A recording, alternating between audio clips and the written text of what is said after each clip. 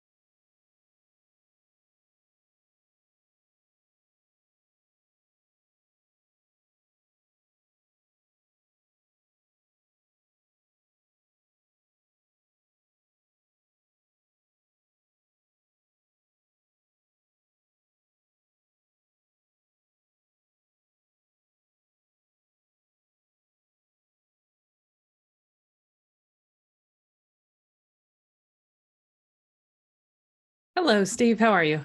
Hi, Gail. I'm good. How are you? Doing great.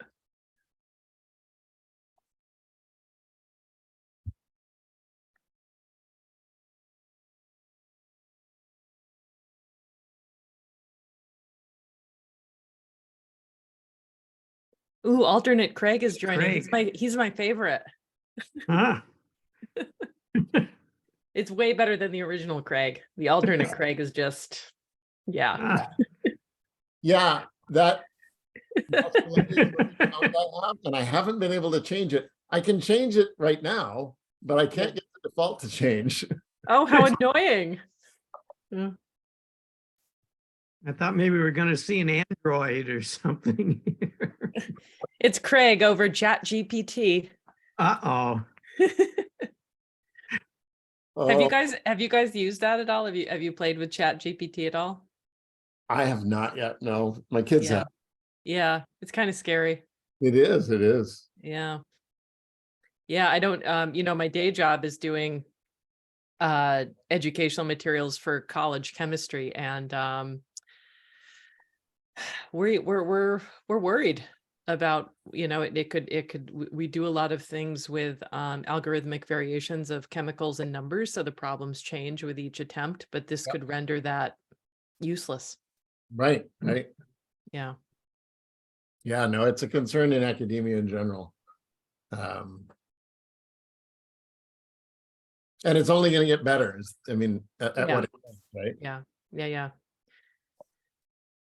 Yeah, I've already just in the last couple of years, it's been a thing with especially first year students, where the first thing that they do when they're confronted with any kind of problem, a chemistry problem, convert mass to moles, just easy stuff, right. They Google it. Exactly. Don't even try. It's just immediately like, I gotta go get the answer. I'll go get the answer on Google. You're right. Yeah. Yeah, I filed a complaint with Delta Airlines about something on our recent trip with the billing and I got this response, this email back, and it was just horribly written. The grammar was bad, run-on sentences and sentence fragments. And Janet said, well, I wonder if this is just a bot writing this. I said, I don't think so, because I think if they were going to have this done by AI, bot or something, that would be programmed to do good grammar. That would all be fine. This was so poorly done. I thought this is just a person who was a very poor writer that's doing this. Yeah, so a lot of it is that they're outsourcing it to countries where English isn't the first language. Yeah, That's my suspicion. When it goes to Chat GPT, then the grammar will get much, much better. Yeah. Yeah.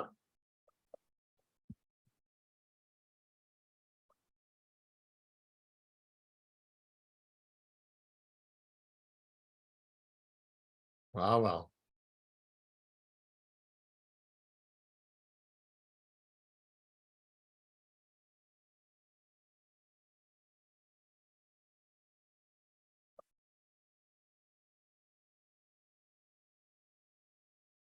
Hi, Jim.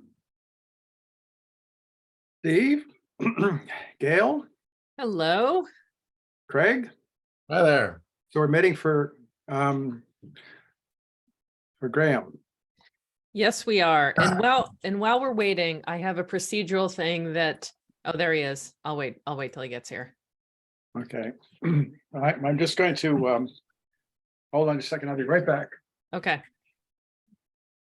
Hmm.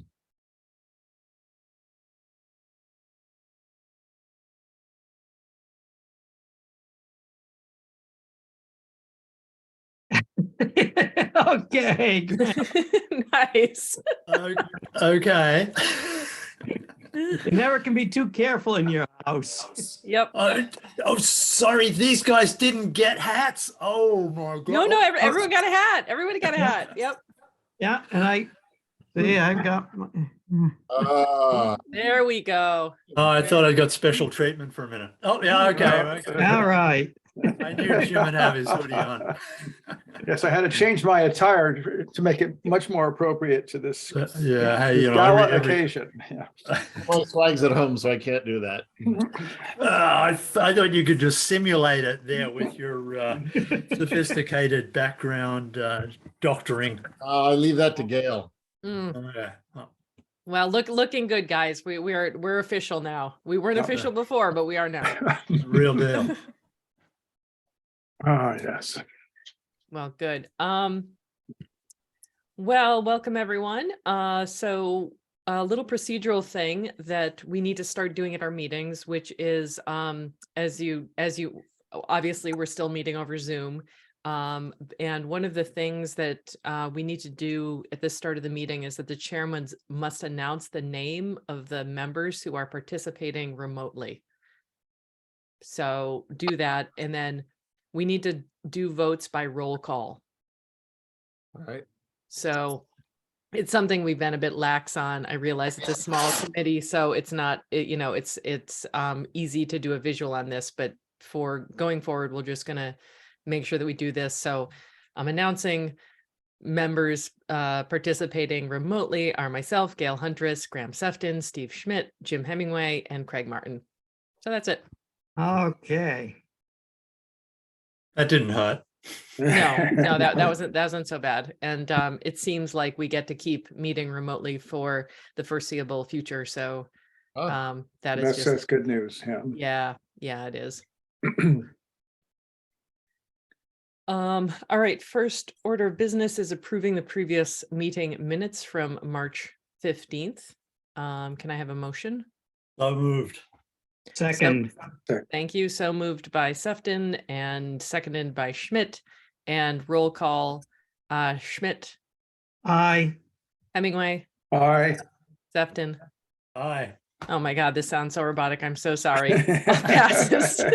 have Chat GPT do all this. I know. We have to outsource this one. All right. Gail, this has to be true for just for your just for the online version of this. I don't have to. I do record people's votes for the big votes, so to speak, but do I need to do the same in the minutes for this? I think for minutes, you can just say like, unanimously approved. Okay, all right. Yeah, and we have all this recorded, so in some ways it's even more secure than what we used to do, which was just minutes, no actual live recording. But yeah, I think unanimous minutes is fine. For big votes, more More specific. detailed. Yeah. Jim, I recorded for another committee and saying roll call vote. All ayes was or unanimous aye, was sufficient to save listing it every time. And you know, at the beginning of it, your minutes show that everyone's here, so therefore the roll call is, you know, everyone. If we actually did not have a unanimous vote, which is pretty unlike us, you know, you might, instead of saying, you know, 2-1, you might want to actually record who voted in favor and who voted against, but Exactly true. That's what they want. Yeah. Yeah. All right, great. Graham, take it away with our HUT report and tell us about our new electric meter. Oh, okay. Yeah. Well, there is the new electric meter as you all saw the quality the voltage quality feature that I sent today. And like I said, I got interested in that because so many people, including the HUT, got hit by a surge during the outage. And Craig, you did raise a good point, and I had thought about it, that you'll only see this in the HUT situation. Unlike mine, the recording is the power failure and the return at my house. But in thinking about the HUT, you would only have, if there was a surge at the out, when the power went out, you would probably see that because the power to the actual surge to the meter is you know, power on all devices, you know, the capacitor will hold it up a few cycles, so you probably see the surge, provided the surge didn't destroy the meter, which is certainly a possibility, but an unlikely one, because of the nature of that, you know, they want it to survive, things like that. But then you, on the HUT situation, you'd have the power go out for, you know, 5 seconds, 6 seconds, while the generator picks up, stabilizes, and so the power. So therefore, when the power comes back on, the HUT is actually protected from a surge in the utility because it's looking at the generator power, and it's not looking at. It's totally isolated from the utility lines. So that actually, in making me think about that, it made me realize that that the surge that damaged the heat pump must have happened as the power went down, which, you know, is a fairly, you know, it's not an unusual thing for stuff, especially 240 volt equipment, and that's 240 volt, to have one of the phases go off, get, you know, hit by the tree asymmetrically, you know, half the power goes out before the other half goes out and stuff like that. So the other thing is, Gail, I guess you've lined up Jamrog to come and fix the heat pump, and when they're ready to do that, they'll get access to the HUT through me. Not much else to say, though. The other thing, and I sent a copy because I'd been talking to Jim about it, but Jim saw it. But the power metering, and just looking back at the history of the 24th of March, when it got installed after the storm, and in looking at those, 3 weeks or whatever, I saw that the power had jumped up and down. The main equipment power is normally 1,500 watts, and every now and again it would drop down to 1,050 watts for a little while. And it wasn't anything to do with the heat pumps. The heat pump, you can see, is turning on and turning off and turning on and turning off, not using very much power because it's wintertime. But this was something happening in what I took to be the front end, the rectifier stage. So anyhow, I sent a copy of that. I did some screenshots and sent that to Sheld, and copied Gail, and Bobby Laswell said, his main tech guy, Lee Masters, is away. on school vacation, I guess.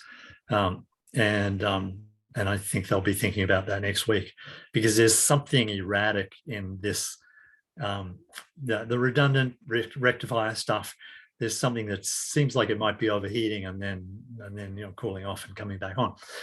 It's just too big a jump, and a totally irregular sort of a thing. So anyhow, the power meter is an interesting and useful tool for these reasons.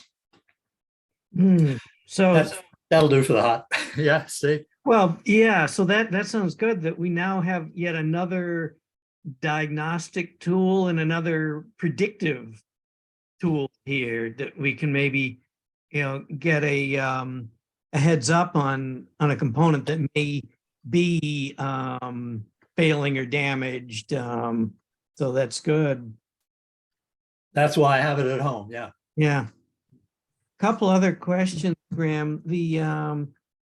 So when the power is the national grid power is out and we're running on the generator, and then when the grid power comes back on, the transfer switch must sense that the power is now available. And does it wait until that? Absolutely. Good. It's programmed with and you can change that program. You can do it online, in fact. But yeah, it's 5 minutes or something of that order. Because as we know, so often the power comes back on for a minute, and guess what? In the 12 hours that it's been out, some other tree has knocked down the power somewhere else, and there's still faults on the line.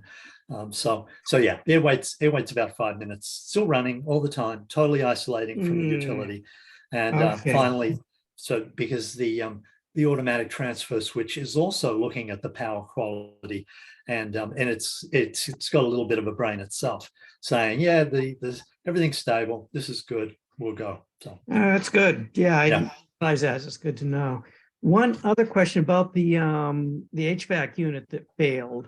My understanding, my recollection of what you wrote was it was one of the indoor units. Only the indoor, one of the indoor. Yeah, only one indoor unit. Yeah. And what I'm thinking is I'm a little puzzled because the compressor is in the outdoor unit, I assume. Correct. And it seems like if something was going to, be really fried by a surge, the compressor, I'm thinking, well, that's a big motor. The indoor unit must have a little motor to run the fan and move the vanes. And of course, I suppose it has the electronics to.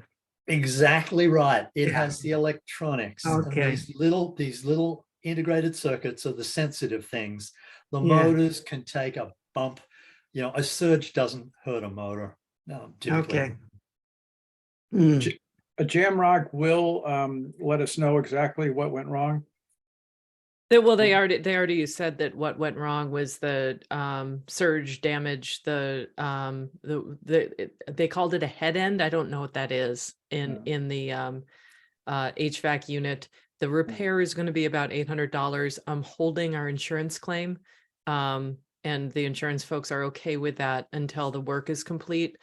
So I got a quote from Jamrock. They're in process of ordering the parts, scheduling it out. They'll work directly with Graham to get HUD access, and then when it's done, we'll get the bill, and it'll just be added on to our $28,623 insurance claim.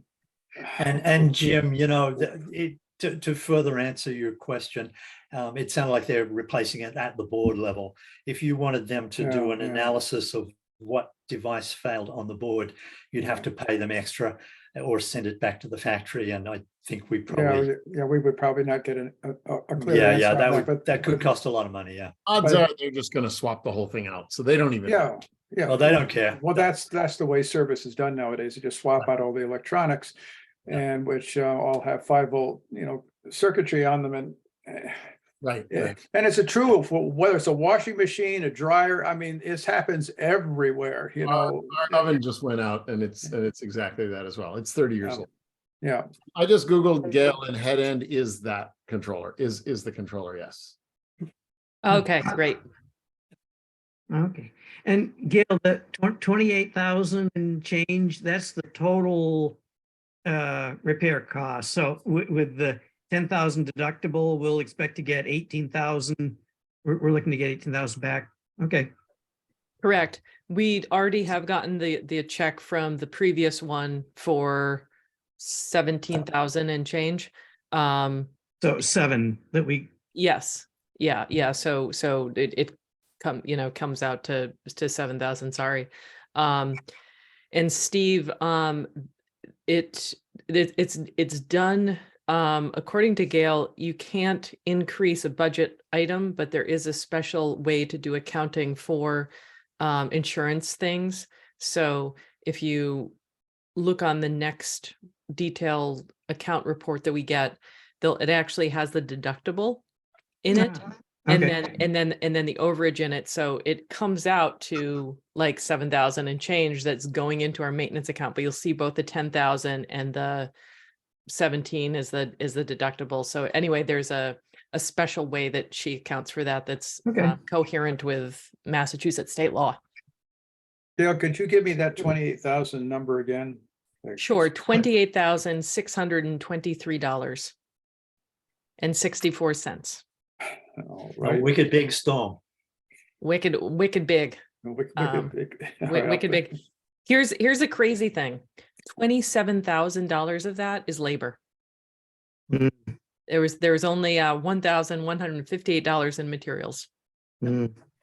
And, The good and ne- after storm events, there's a lot of overtime as well. So Yes, lots and lots of overtime. And for this particular storm, it was a lot of things being taken down, not split, right? So there was no new materials used. They just had to rehang a lot. That's why there's this huge disparity here. very good. So they Yeah. didn't even have to replace a lot of the drops. They just rehung the drops. Yeah, that heavy wet snow just took them down. But it was, I mean, that's great for us. It didn't, it's a relatively quick job to do a rehang. Good for the customer too. They didn't lose Yes, good. service. Yes. Yep. So speaking of which, I reached out to our town tree warden, and Jim did a wonderful job doing a ride around with the tree warden. The two of them worked as a team to identify the electrical and at the same time the fiber hazards. And so we have a nice new updated list of all the places in town that need mitigation for trees. And so the tree warden is going to work to try to get National Grid to take care of most of those with their annual spring cleanup, so it's not on our dime. There may be some left that National Grid will refuse to do that we'll have to take care of. But again, thanks to Jim, we have a really nice list now of all the places in town where there's problems. The next Our Town article that's coming out is all about asking people to please trim your driveway trees, because we just got hammered, and people should know they're going to lose their internet. And so just a plea to get that done. Gail, roughly total across 2 storms, how many services got knocked down? Ballpark. I think it was about 50 in this latest one. If you give me 2 minutes, I can look it up. I have the invoice right here.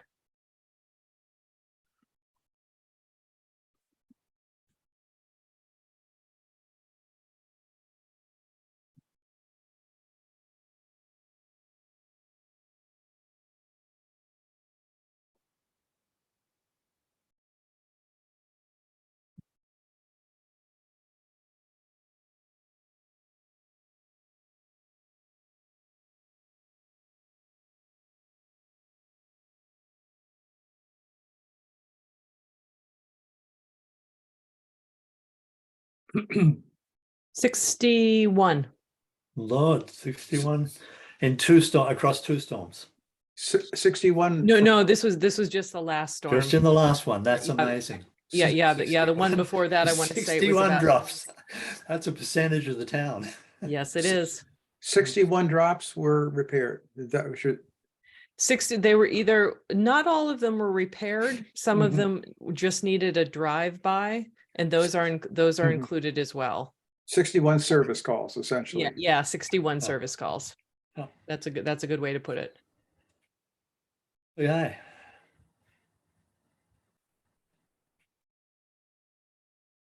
Yeah, there's about, hold on a second, about 25 of those were just a reattachment, and then the remainder were replacements or drive-bys.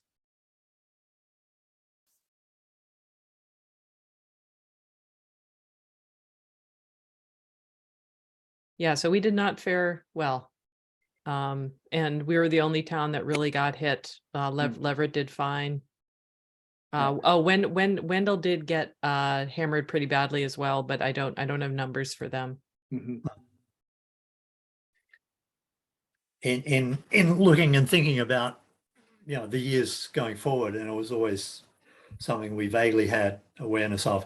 Insurance, as more of these events happen scattered around, insurance rates will have to go up. So, you know, it's something that is going to impact us in the long term.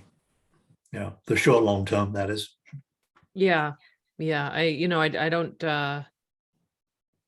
yeah, it all depends on what else the other networks have going on this year. I mean, on the upside, that because we get our insurance through MIA, we know that there wasn't many big storms like this winter, just across our whole state, right? It was a very slow, low winter. So, yeah, but it was a good year. MIA is Massachusetts, is it? It's just across Massachusetts. Is that true? Massachusetts Interlocal Insurance agency, Okay. or Association. association. Okay. Yeah.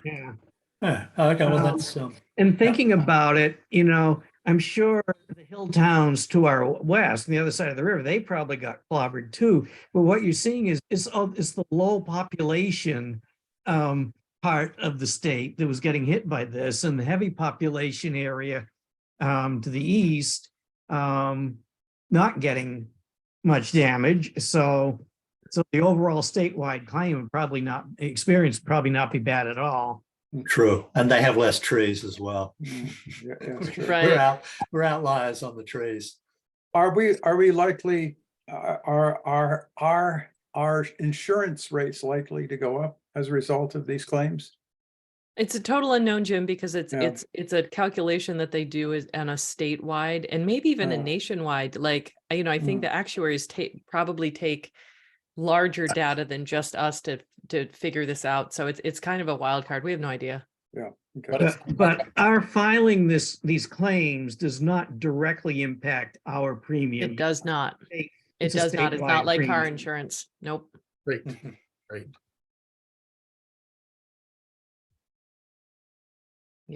Okay. What is next?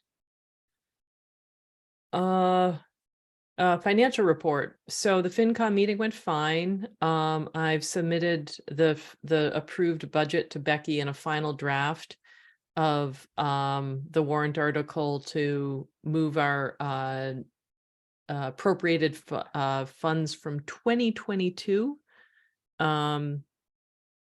retained earnings to 2024 emergency reserve fund. Remember how we have to, as in Steve words, leapfrog that forward. So we will vote to appropriate that $90,955 in the June town meeting. Let's take a look at the finances. I'll bring up a spreadsheet. Can you send me that little clip like you did last time? Would you be willing to do that? You sent me a little thing that I plopped right in the Sure. in the minutes. That it makes it look very official when that's done. Yeah, do you mean this thing? Well, not the whole thing, but you sent just well, if you look at the minutes from last time, it just sort of the very, there are 3 figures in that sort of clip that you sent me that I just dropped right into the minutes. Sure, yes, I will send you that again. Okay, thank you.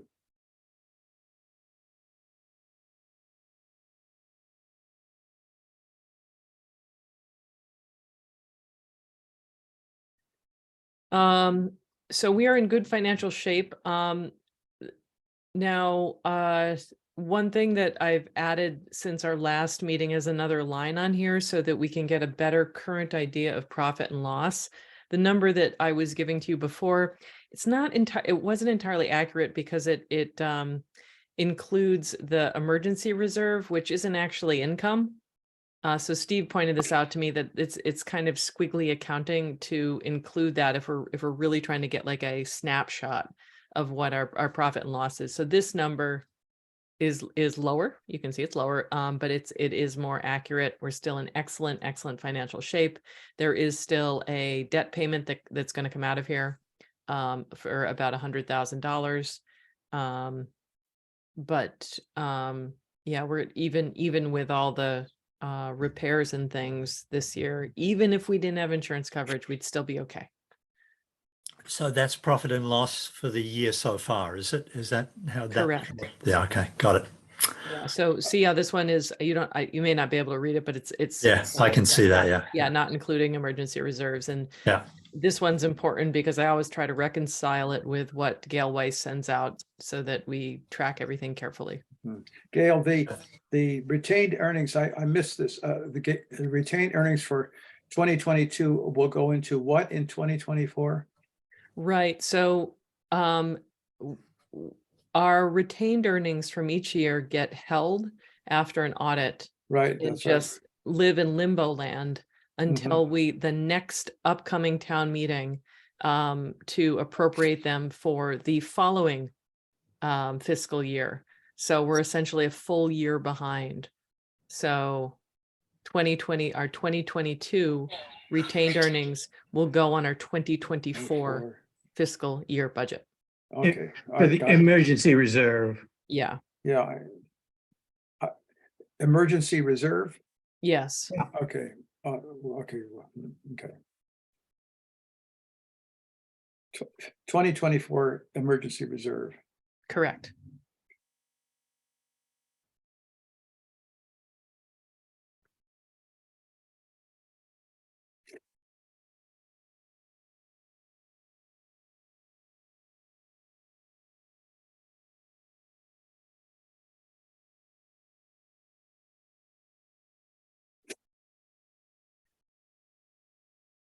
All right. In other news, here, I'll stop that share. I did order a couple of extra vests of safety vests for us because it was cheaper by the half dozen. So I just got a couple more. So they're in their drawer at the town hall. Let's see. At our last meeting, we had talked about maybe updating our website, and we have almost 4,000. And I got some web analytics from the web team from Google Analytics. We had almost 4,000 unique page views in the last 14 months. So since January, that averages out to about 283 unique site visits per month. And about 70% of those land on the homepage and then get to our FAQ page. So not surprising there. They're going to land on our homepage, and most of them are looking for an answer to some question. We had a big spike in September where we had a few days where we had almost 100 page views per day. So right when the transition was happening, it was like, what's going on? Why do I getting a new bill? That was also expected. Normally it's less than 10 people a day who go and visit our site. If we were going to improve any page, I think it would be the FAQ page, because that's where most of our users go. So I did go get some quotes for updating, just like taking all our pages, updating them to a WordPress site, and then doing the annual hosting, which is about $300 a year if we wanted to host over WordPress instead of just doing it through the town website. So there's a company that a friend of mine works for that's a kind of a professional WordPress outfit. And he gave me a quote, $30,000 Ooh, to yeah, remake our website. So that is probably not going to happen. I reached out to Craig's student, or a student that Craig knew, who has built one. Well, he said he's built 3 websites in the past. The website that he did for a school account got deactivated. And he made one personal website from scratch for some competition. He doesn't have that one active anymore, but he did give me one website that he made in the 10th grade that's still available. So I went and looked at that, and he said he wanted $2,000 to update our website to WordPress. So But what did his 10th grade website look like? it was nice. It was nice. I mean, you know, it was a website. It was, yeah. You know, all of the websites that are made in WordPress, it's hard to make them look cluttered and bad. Yeah. You know, like you can't really go too wrong with it. So I mean, it was fine, but after getting an idea of the two ends of the spectrum, like, you know, basically a college kid with a couple of websites and a professional outfit, we have a range here, but you know, I also asked my friend about, like, okay, what if we didn't use someone professional? Do you have other friends in the WordPress world? But it's still going to be a starting budget of $4,000 if we use a not college student WordPress freelance professional. Uh-huh. Well, So $4,000, that's still, yeah, it's a lot less than 30. yeah. Of course, fine. Yeah. So thoughts on pursuing this? The one thing that does come to mind is I have gotten absolutely 0 complaints from anybody and any of our users about our website. I think maybe because it's a municipal site, they don't expect much. Honest to God, like, you know, that if we were like a, you know, a tech company or something, and they went to the website, people would be like, your website is horrible, but, you know, they kind of, you know, don't, you know, I don't think they expect too much. So I don't know that, because our, you know, we're after our customers are up and running, we don't really support a big customer base of people needing to go to our website. I'm beginning to think it's probably not worth it to go through this and then also pay an annual hosting fee and just go through the trouble of having a whole separate system than what the town uses. And some of this is also, you know, a legacy thing of, we want to make sure that whoever takes over for us can, you know, doesn't have yet another thing to manage. You know, I was thinking, well, I could probably make a site in WordPress and do that, but then that would mean you know, somebody would need to maintain that going forward, and then also pay the annual charge for maintaining it. And we need to have someone who would know how to work with that kind of forever, or Yeah. convert it again. How much tweaking can we get the town to do on our page of their website, you know? None. There- No, okay. That's the problem, right? I don't know that the site needs changes, but once it is in WordPress, it's really easy to add things. For Mhm. Gail could easily add things. I'd be happy to Yeah. volunteer do stuff. I got somebody here to set up a basic shell of a WordPress site, and then for my own lab, and then built the rest of it myself, and built it really just means putting in text and that sort of thing. Let me see. I don't know if, do you know Gary Rehorka? Yes.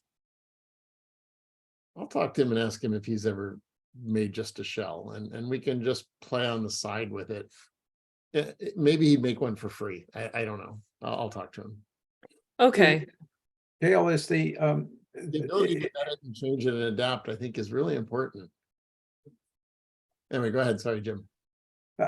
as a, is the Shutesbury webpage, which is about to be upgraded to a newer software, is that going to make any difference, do you think?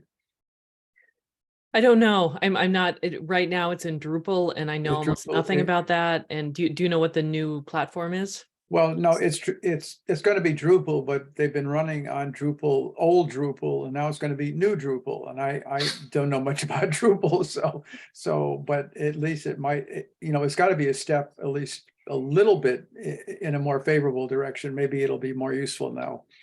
I don't know, but that could help potentially. Yeah, it could. One of the things that is really, really impossible is to make good formatting of even just plain text on there. If you go to the website, you'll notice like there's different fonts and things. I can't change them. I actually cannot change them. That's a really hard thing to do. And it's it works fine. It's a little bit clunky to use, but it works. Do you know the timeline for that, Jim? I think that's happening. If it hasn't happened right now, it'll happen by the end of the month. It was because the finance committee approved the money for that, and there was a lot of pressure to do it right away. So I think it probably already has been done. So, Okay. So I wouldn't expect the change to have new benefits like that. Yeah, Talking about where you can't change the font, that's a feature, not a bug from Drupal's perspective. Yeah. So you can ask a bunch of, I think at the high level and at departments and everything, they required everybody to go to Drupal. Part of the reason is they want all the sites to look alike. They don't want chemistry site to look different than biology, et cetera. Right. And so that's why they're not giving us, the end users, the ability to do things like change fonts. I don't know that Shutesbury has made this decision, but that's what Drupal is about. It's about locking down flexibility on purpose. Okay, so yeah, so like themes and consistency between looks and brands that's what it's for. That's what Drupal's about. Yeah, Yeah, it's supposed to provide everything that WordPress does and more. It's just that it requires somebody with knowledge, whereas WordPress is designed more for amateurs like us. Yeah.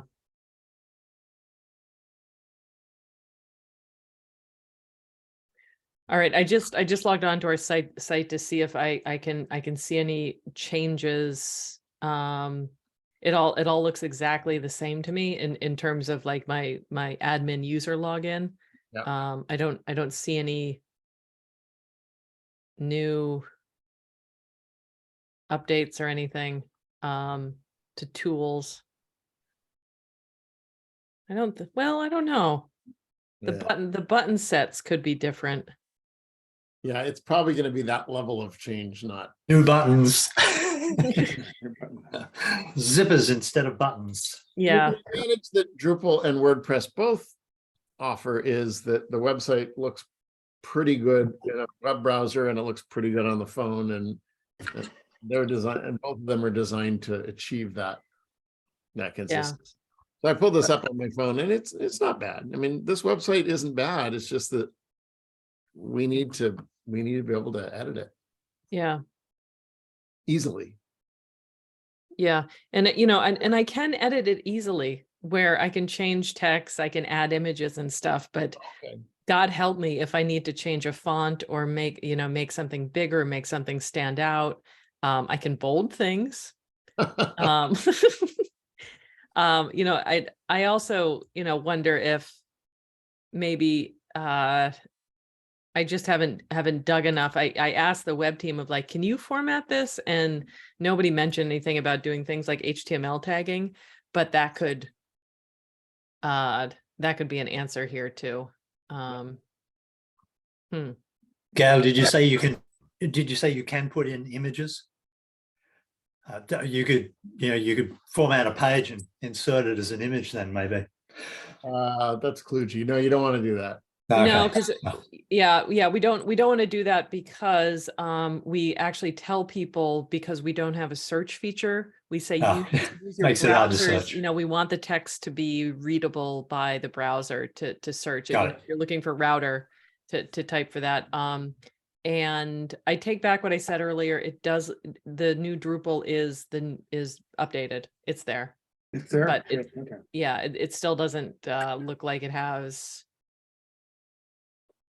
exactly what I'm looking for though. Anyway, Graham, the thing you're suggesting would also break phones. It wouldn't work on a phone anymore. Oh, okay. Okay. The whole point of this is to have it work on all devices. Yeah, all platforms. Sure. Yeah. And that's important for the younger crowd. Oh, yeah. Yep.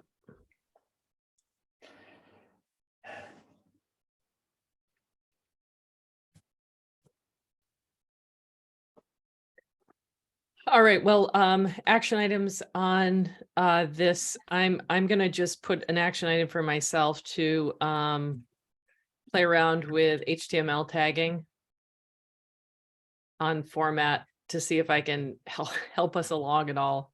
And I don't know, what do you guys think about pursuing anything else? If we can find someone to do a shell of a WordPress page, there's still going to be some charge to maintain it. How do you feel about that? How would it be? Go ahead. How would it be linked to the town website? Would it be? That's critical that people go to the town website can easily find us. People would still land on our website, but then they would end up at our other one. Here, let me show you what the library does. They're a good example of someone who hosts an outside website. So who do they use, Gail, or what do they use? Do you know? I think they use WordPress. Mm-hmm. But I'm not sure. Where is the library here? There it is.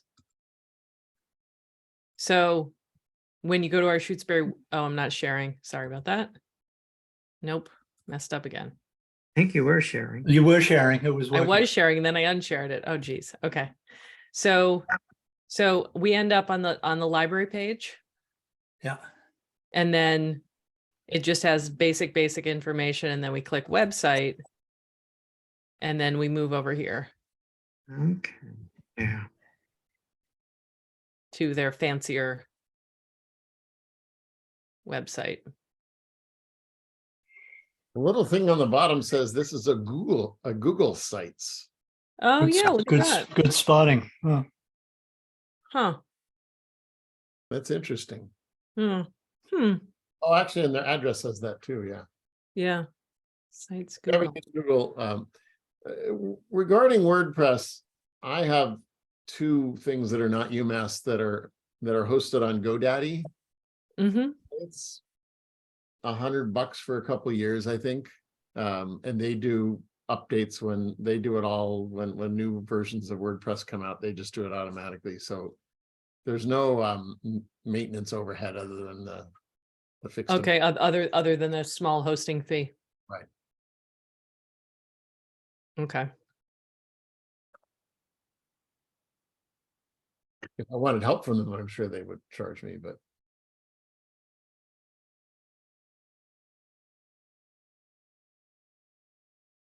All right. Well, Craig, if you wouldn't mind just asking Gary if he would, or what he recommends, or could he volunteer anything towards us? you know, I guess, I mean, looking at this library page, I guess that is another option for us, is to do exactly what they do and just do a redirect to a Google site. I don't find their site any more attractive than our current one. Yeah, I was just thinking that. Mm, And actually pretty, it's still pretty hard. Hold on, I'm going to share again. It's not really user friendly. It has a lot on it, but in order to navigate it, look at all the stuff you have to kind of You got to sort read a lot through. of things. Yeah. Oh, that's wild. Yeah. Yeah. Yeah. And Goes back to non-Google site page. it's not in alphabetical order. Yeah. Yeah, It's not category broken up into categories. yeah. Lego. Fitness. Okay. So it does have a search tool. Okay. Yep. So that's That good. helps. Yeah. So the whole point of Drupal for the entire, Shutesbury ecosystem is that there should be a search tool that searches across all the pages at the town top level site. But you said there's not? We do have that. Oh, so you But it doesn't work very well, or it didn't. Maybe the new version will work better. Well, this is the new version. The problem is that it searches the entire site, right. not just ours. So if we did Um, Type in router. But the point is that if we go to an off-site thing like WordPress, people who search at the Shutesbury top level site will not find anything about us. true. Mm. Yeah, that's true. You know, that's a good, I didn't even think of that, Craig, but yeah, so I just sort of billing, and you can see there's everything from like excise tax, and but we do have vendor switch information, that's us. Lifeline, that's us. Yeah. This is us, tax collector. Yeah, that's a good point though. The search on the town Yeah. finds maybe hardly anything. Yeah. It might find the redirect, but it might not. But Gail, don't forget that we provide, in addition to the website or our part of the Shutesbury website, we do provide an awful lot of support in other ways. Telephone support from Sheld, your support, of course, and which is something that actually is superior to anything that any part of the town can offer, I think, on the various different categories within their site. I don't think we have to feel like we have to go to any great lengths to crank up the website, but we do provide quite a bit of support in many different ways. Let's put it that way. Yeah. And as That- Gail says, we have not had complaints about Yeah. the website. So Yeah. Can you share your screen again? You Sure. didn't close it out.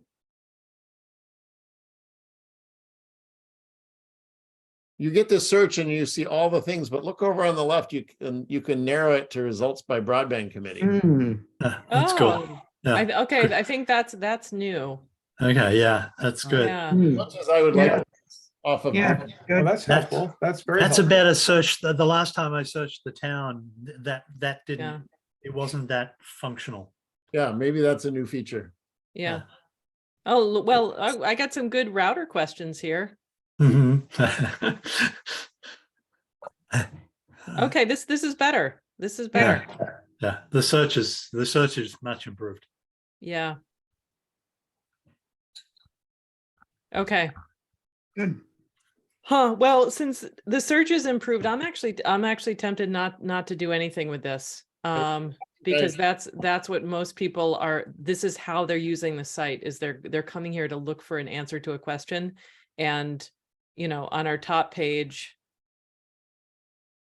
is everything that people mostly need to know. And then if you go to the FAQs or the search, that you get more specific information.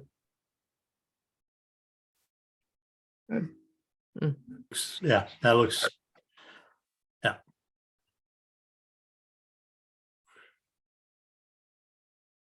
Cool. All right. I don't know. I'm kind of inclined just to leave this as it is and not start branching off into something else. And I'm less inclined to fix a problem that nobody's complained about and doesn't exist. You're here. Sounds Yeah, good. I agree, and I think that, so who is the website committee? The website committee. I know. It's Gail Fleischauer yep. Yeah. she's the one I correspond with when I ask her to make changes. Yeah, she might be well, Grace is also a member, it says here, although maybe that's an ex officio. Yeah. Right. And there's Jamie, someone Brown. He's there's a vacancy. One of us should, and not me, should stand up on it. infiltrate. Okay, go Craig. No, I'm way too busy right now. Yeah. I'm a lot more busy than I have been. Yeah. All right. Let's leave it as is. Let me mess around with see what I can do with HTML tagging just to make it look a little bit better. But you're talking about going in and editing the HTML? Yeah, for the and the text pages. Just be careful. If you do too much, you'll break how it. Make sure that when you do something, it doesn't break on the phone, for example. Okay. Mm. All right. Good point. Just test it on 3 platforms every time. No, just Yeah, kidding. no, you do have to, and shrink the window and see how that works, because Yeah. start overriding, it may mess up its smarts. Okay. Then we will be hearing from customers.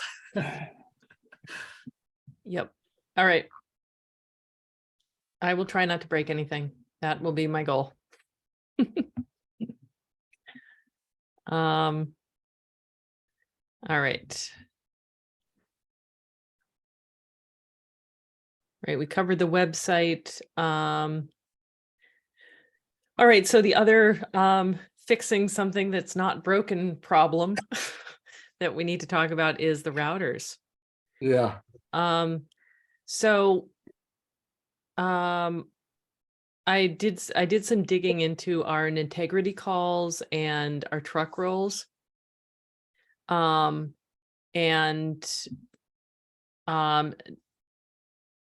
If we remove all the tickets that are not connects and disconnects, which can be done remotely, they show up in field visits because those are actually escalations. So it took some sorting to figure out like how many, truck rolls that we have. About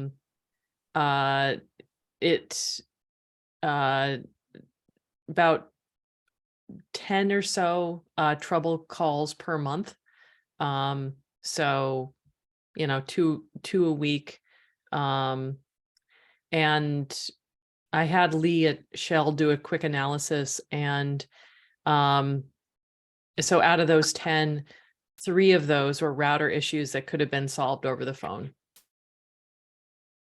But again, that time period includes our storm.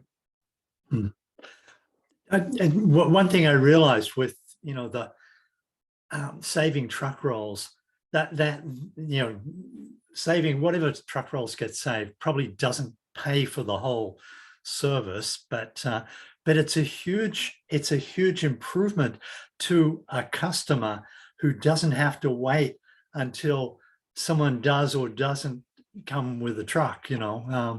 That's a big benefit to have something fixed straight away that's not working on the router, or that something gets clarified on the router. And in fact, I happened, one of the customers that Gail and I have been had contact with, who the surge had reset his Linksys router to factory settings, and he wasn't able to set up put the SSID names back that he was used to using, and so I was trying to talk him through that on the phone, and it was after the storm, and in fact Lee Masters walked in as I'm on the phone, and I was so happy that just to be able to hand this problem that I was trying to explain over the phone to someone who totally prides themselves on not being able to do anything technical, and Lee fixed it in 6.5 minutes.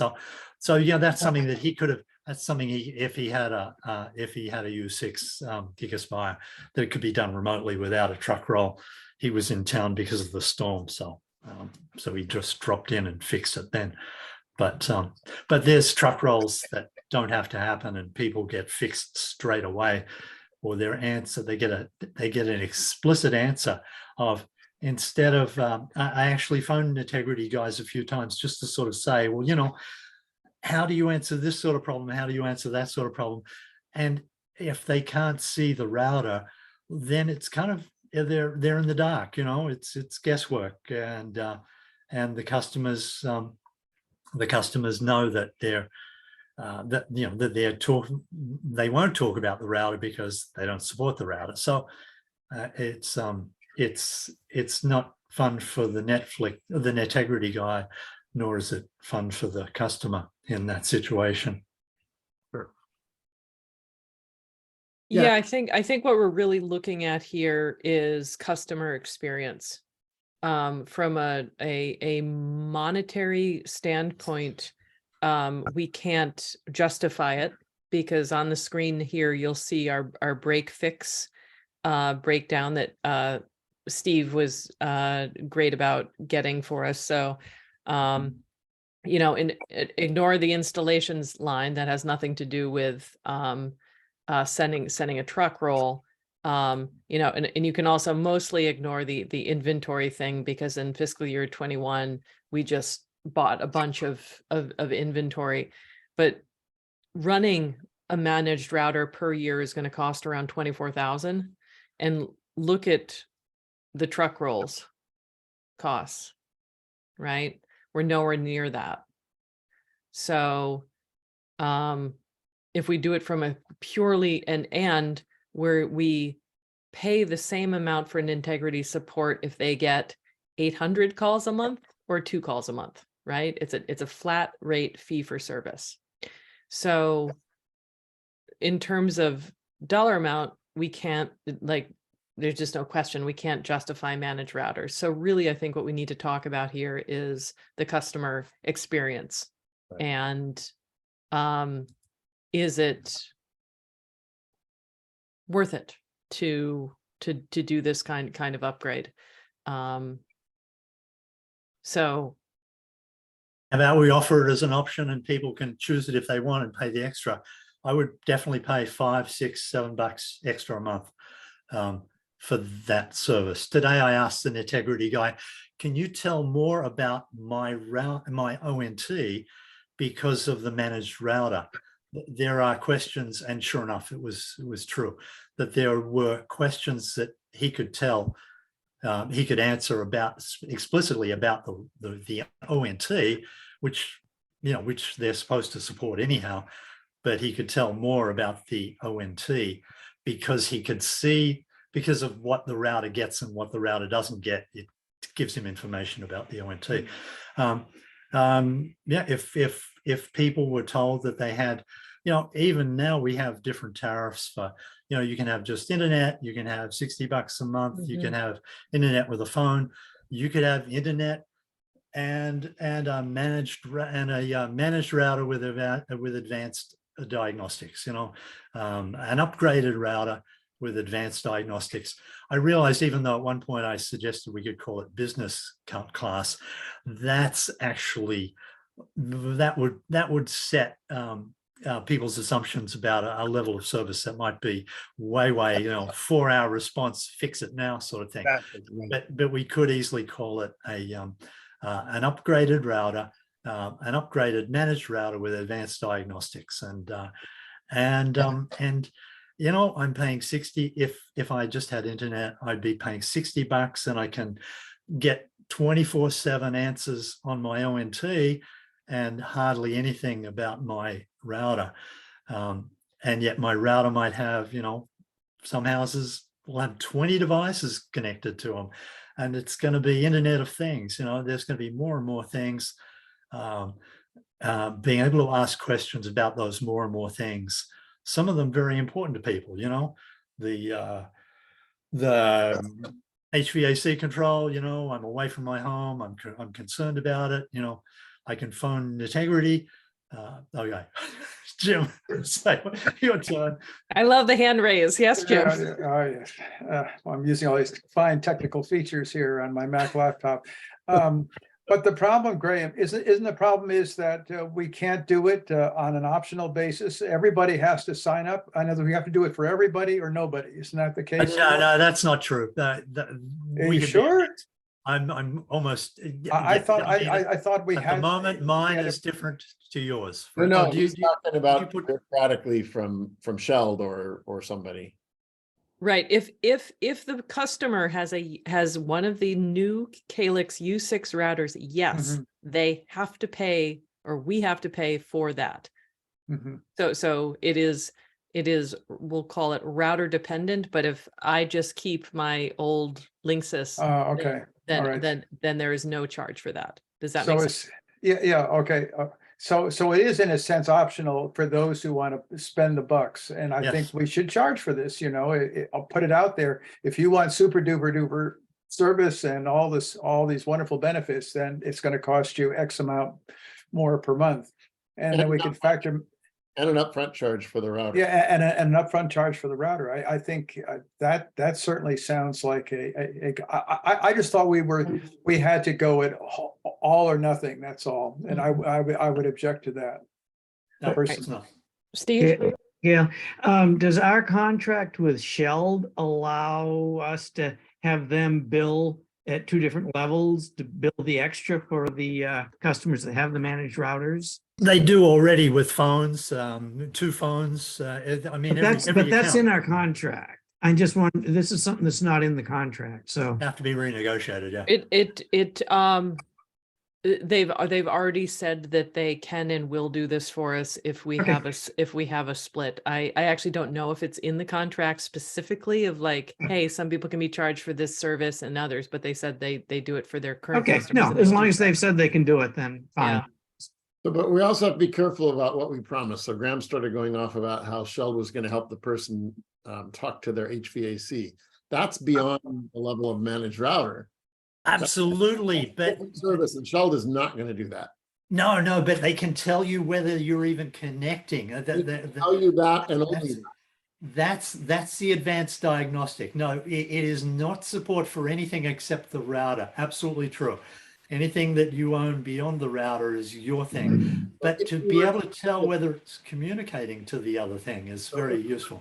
do this, we'd have to be very careful to explain to the customer that no, you're not going to get cake and ice cream. You're going to get this and this, and It stops at the router. At the moment, it stops at the ONT,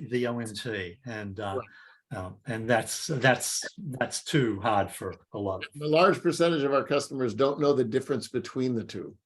They don't, and that's why they continually feel frustrated that, well, I'm paying for this thing and you can't tell me anything about it. Well, no, that's a router. That's not, yeah. So yeah, you're totally right. It would help those people who don't know there's a difference. Yeah, I have one more fly in the ointment that may change things. If we move to manage routers, we are essentially saying that until we upgrade or change those routers, we will be with Sheld. The reason is once that managed, I'm gonna botch this, but there's something about once that managed router gets associated with Sheld service, you cannot change that to another provider. And this is what Craig sent me some things that are happening around Wired West, around switching vendors, and they are facing a enormous cost to either to basically replace everybody's routers. There is a way that you can disassociate it from the original service and move it, but it is an incredibly painful manual process. Surely it's just press the factory reset. No. Nope. It has to do. I asked the same thing. I'm like, are you what? And it has to do with how the whole Calyx system works together, and this router gets associated with this particular CMS, so the customer management service. And But the there is CMS is in our hut. Our CMS is, or actually used to be, it's not in our hut anymore. no, it's with that we may have a different CMS, but there is a CMS that Shell uses specifically, a customer management system. It's just Right. when we It had used the to- tour, the first room we went into there down at the depot where they dispatched the trucks from, they had all those screens up there, and I remember they looked up your router, Graham, because you. They did, but Yeah. I was figuring that they were looking through the CMS that I knew was physically, when Mm, Crocker did it, was actually, I saw the machine that they pointed to, the CMS runs in the top Okay. machine. I don't know, that machine is still there, just out of interest, that network server. So yeah, Gail, you might be right. I mean, who was telling you? Was it Calyx or was it someone from Sheld? It was someone from Shell who shall not be named, because Okay. he said, I should be trying to talk you into this, but I need to warn you about this. I don't know, that's a significant problem. Yeah, we should raise it with Calyx. So I only skimmed what I sent Gail, but my reading is that what's going to happen at Wired West is not that they're going to pay a huge expense, but that this is keeping them from switching from Westfield to Sheld, because even though Sheld is going to be a little cheaper for them, the switchover is just going to be way too difficult. So I don't know if they've made the decision, but my reading is that this will just keep them with Westfield Gas. Now, Craig, they couldn't be if they're Westfield or Wide West, they were Nokia, not Calyx, right? I mean, did some of the towns end up with Calyx equipment? No, they're all Nokia.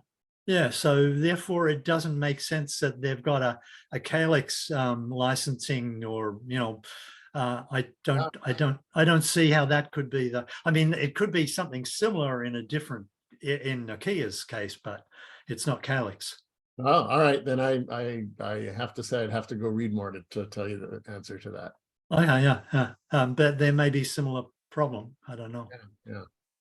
Well, yeah, I think it's a similar problem, is that these routers are their Nokia routers are attached to Westfield services and can't be moved over without massive expense or changing routers out completely. Yeah.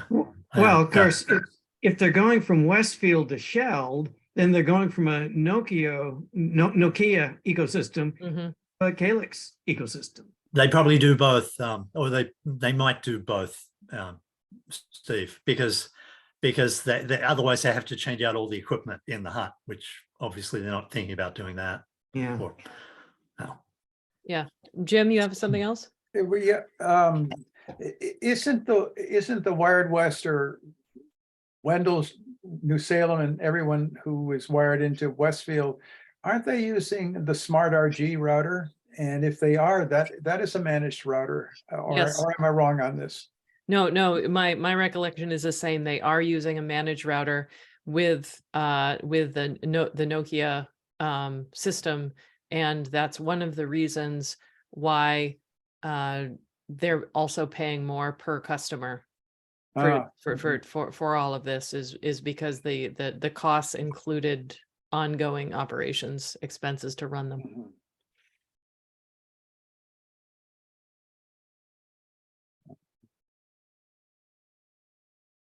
So it'd be the length, it'd be the life of a router. If that constraint was true, then it would be the functional life of the router, which is probably routers. Yeah, the quick changeover item, I think, but 7 years is probably a conservative stretch. Yeah. So that all makes it makes me a little nervous in the way that we lose our leverage in 3 years. not even 3 years, and now 2 years when our contract comes up for renewal. You know, if we start making all these conversions now to the new U6s, essentially what we would be saying to Sheld is, yeah, we're in it for the long haul. Now, we're happy with them, they're great, but we don't know what they're going to charge in 2 years, right? Right. And we can't go out to bid in 2 years if we make this if we make this choice. I think one way we could make this work is if we you know, considered doing a longer term contract that included the routers with a company like Sheld, saying, okay, we will pay a portion of upgrading all our customers to these new routers, but we're going to have a locked in service rate for 5 years, 7 years. Yep. So that's another way that we could approach that. But I would be reluctant.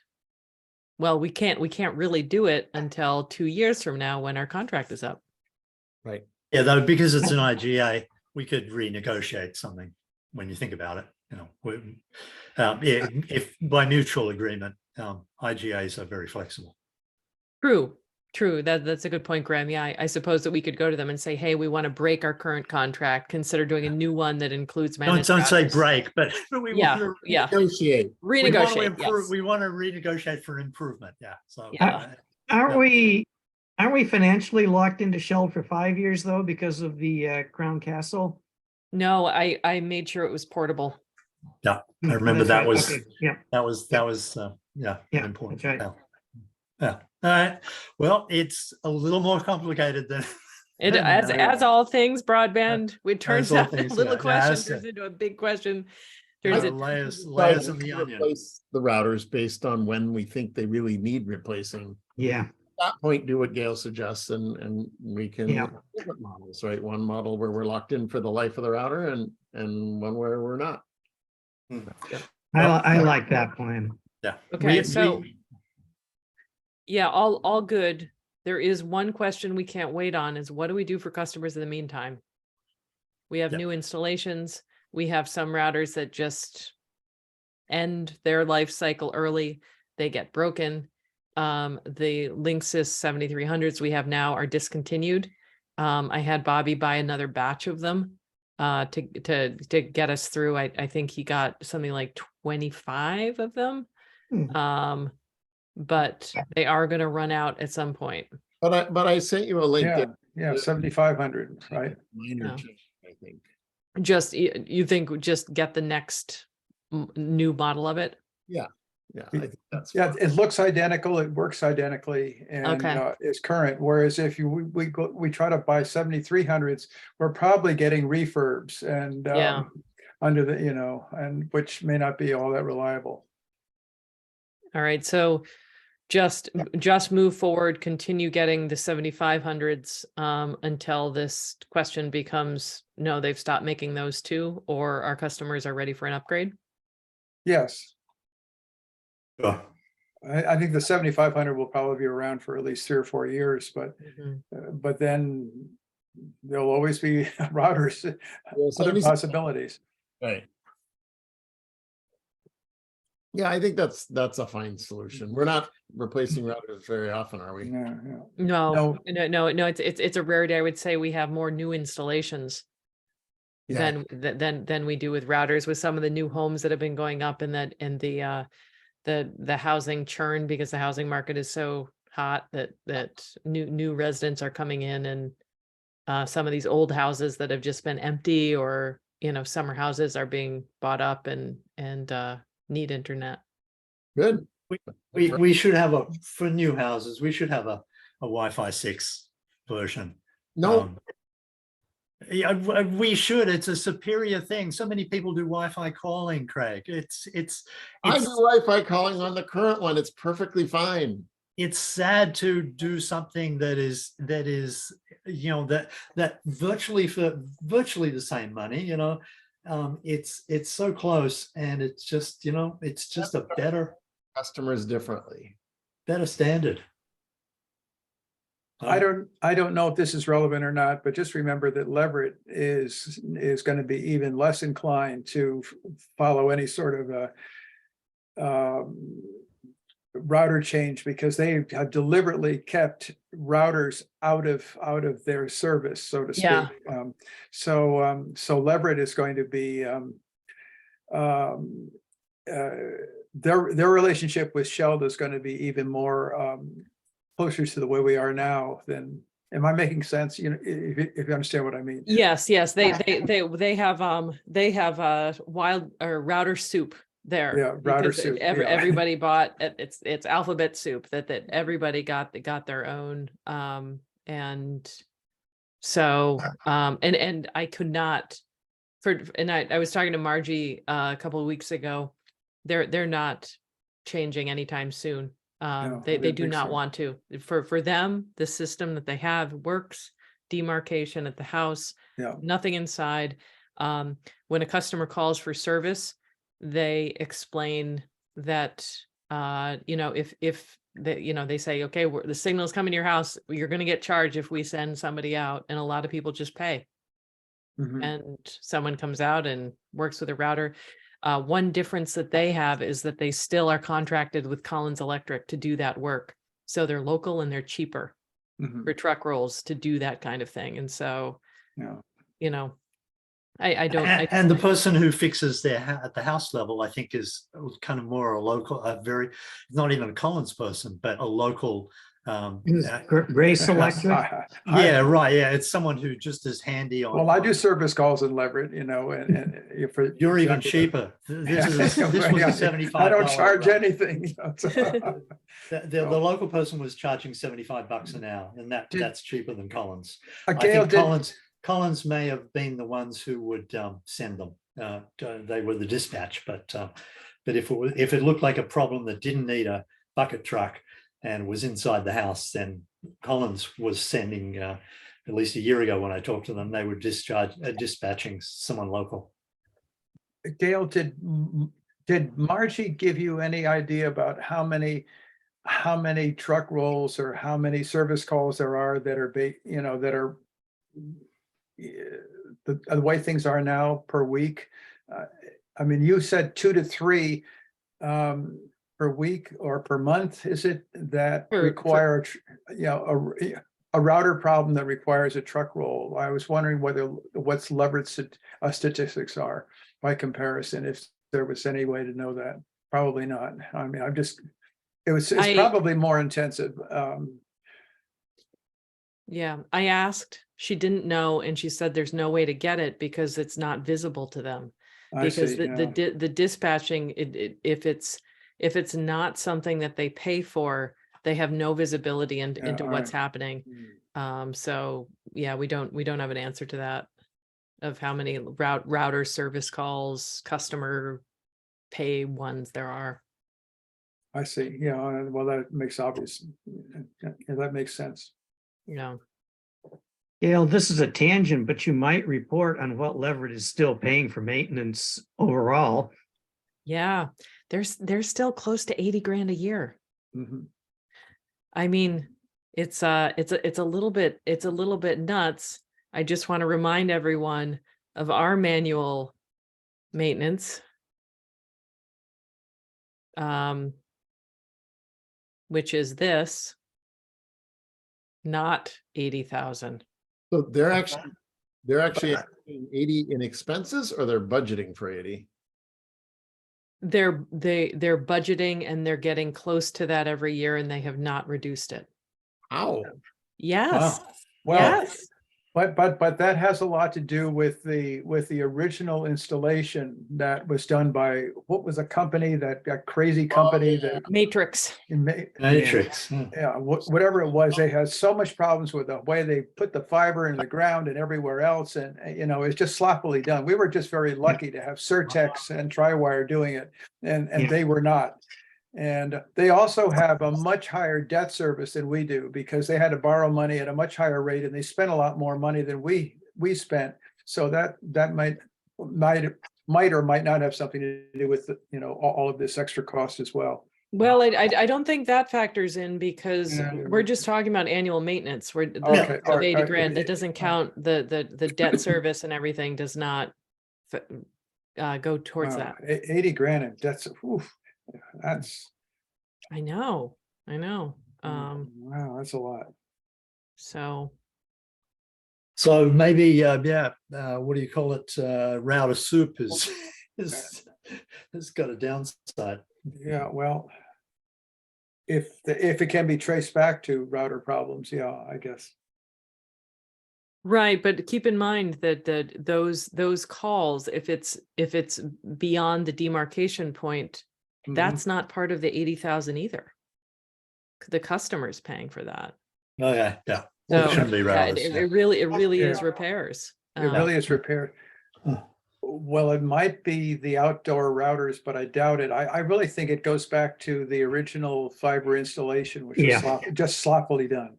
That's definitely Yeah. an issue. Wow, impressive. Yeah.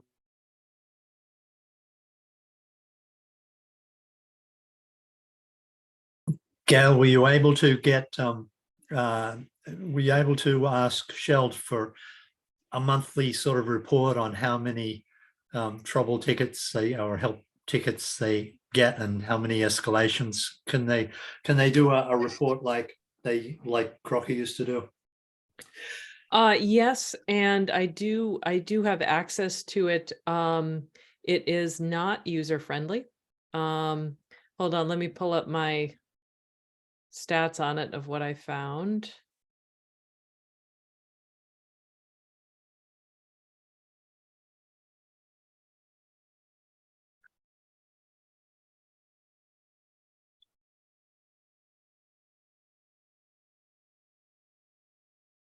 I figured Integrity has to bill Sheld every month. They must tell them what the product is. Yeah.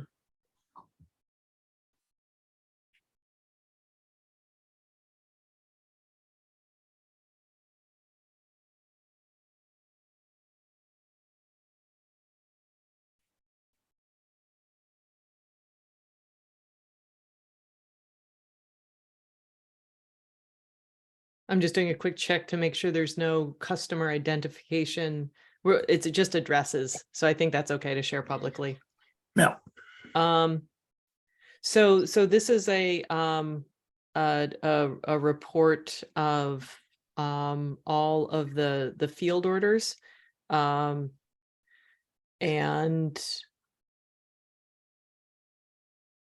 you can see the stuff in They're chronological, right? yeah, it's chronological. So the stuff in red is all storm stuff there. So I took some of that out. I've also highlighted the trouble ones. The trouble ones are truck rolls that were router suspect. Mm. This is here's the January storm in red. Yep. It's a little bit misleading in the way that they're not all truck rolls. They're rather all escalations that came to Sheld, and Sheld puts them all into the same bucket here. So things like, see how there's a seasonal disconnect? That's not a truck roll. That's just something that a Sheld person has to do remotely. An administrative task. Okay. Yeah. Yeah. So billing issues wouldn't be in there. Cancellations or disconnects. So okay, yeah. All right. Yep. Okay, and this is a document that accumulates all it just keeps on. It's an online thing that you can look at that's always there and always getting longer. Is that what it is? I wish it was. No, this is a manual page by page download from their field site. They don't have great data wrap-ups. I did ask for all this. Let me show you what I have for integrity. So we just looked at, this was all just the Sheld. Yeah. So here is the ugliness of what I am able to download from the Shell ticket system filtering for Shutesbury. It's everything related to Shell. So we have South Hadley in there, and now there's Leverett in there. So this is a filter just for Shutesbury. Yeah.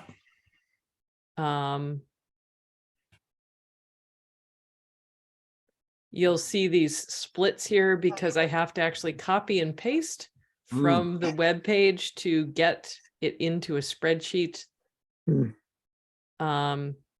So it's not great. Yeah. Sounds like a job for FileMaker. Yeah. Ooh. Yeah. Yeah. Well, maybe not even, because look at this. Stuff is on the wrong line. Yeah, you can fix that. Yeah, I could probably fix that. I trust you. But Gail, mhm.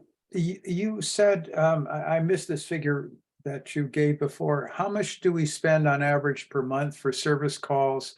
Was it 4.7K? This would be for a normal month as opposed to a storm damage month. You put some figures up on the screen, and I just didn't get what those numbers were. Oh, those were annual maintenance costs. Oh, So it's I would just say, you know, like on average less than 10 grand a year. okay. Less than 10 grand a year for in an average year. Correct. Okay. Correct. I think we're going to see FY 23 here be an anomaly, Yeah. because we're already at what? Two deductibles right up the front. Yeah. So we're already at 20 grand. Plus more. And counting.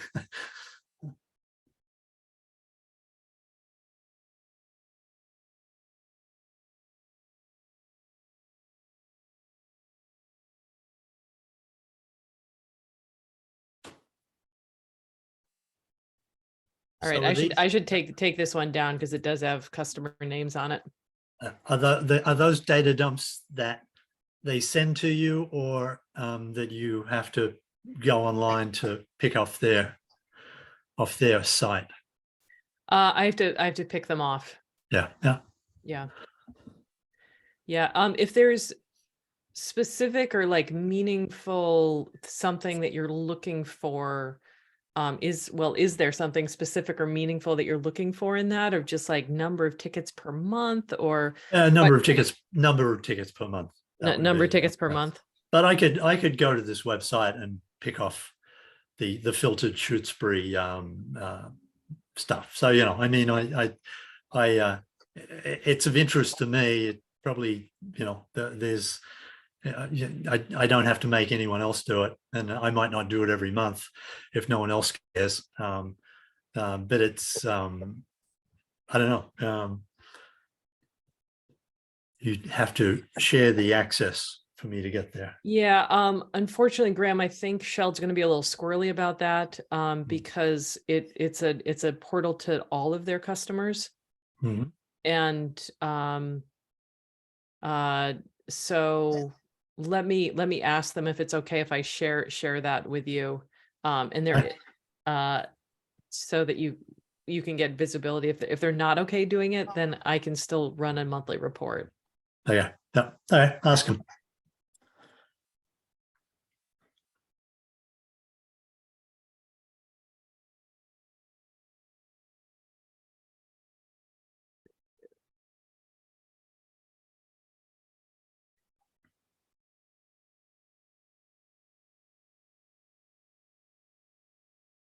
All right.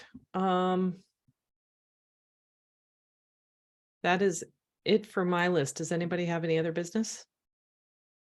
Is there anything we need to be thinking about for town meeting at this point? And the answer might be no. I'm just asking. No, I can't think of anything. I don't think so. Our budget's all done and approved. I will be there to give the spiel about it. And Good. do we have a date yet for the town meeting? June 3rd. June 3rd. Yeah. Let me, Gonna be here this year. before I say that, let me check my calendar and make sure I'm not not away. I'm away that weekend, so. I'll be there. Okay. Yeah, I can handle the budget. Need be. June 3rd. Nope, I'm in town. I'll be at my summer residence in Orange, but I will be around.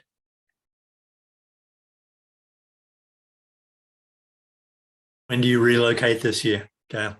I'm Memorial Day to Labor Day. Yeah, okay. Yeah.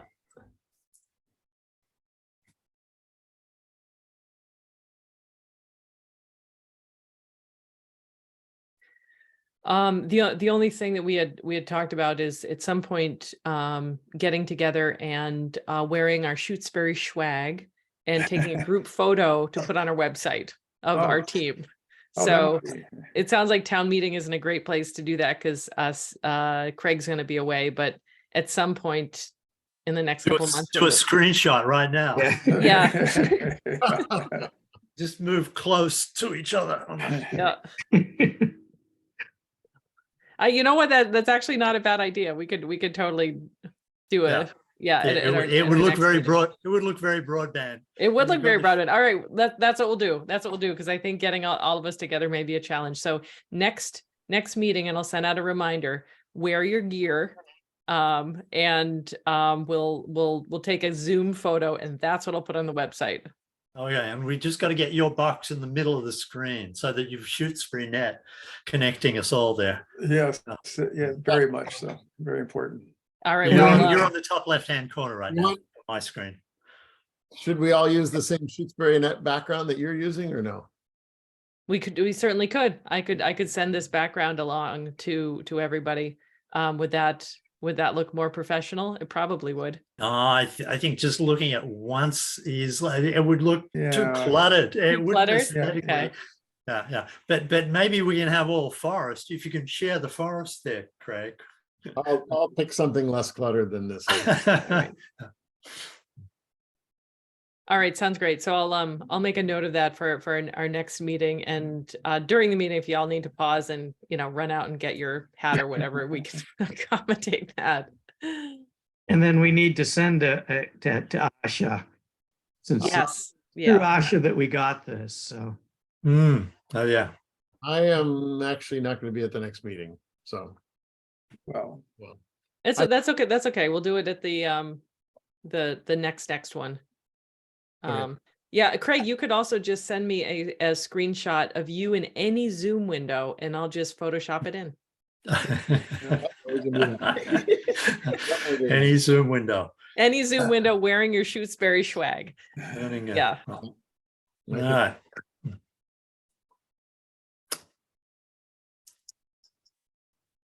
Hold on, I'm just making a note of that.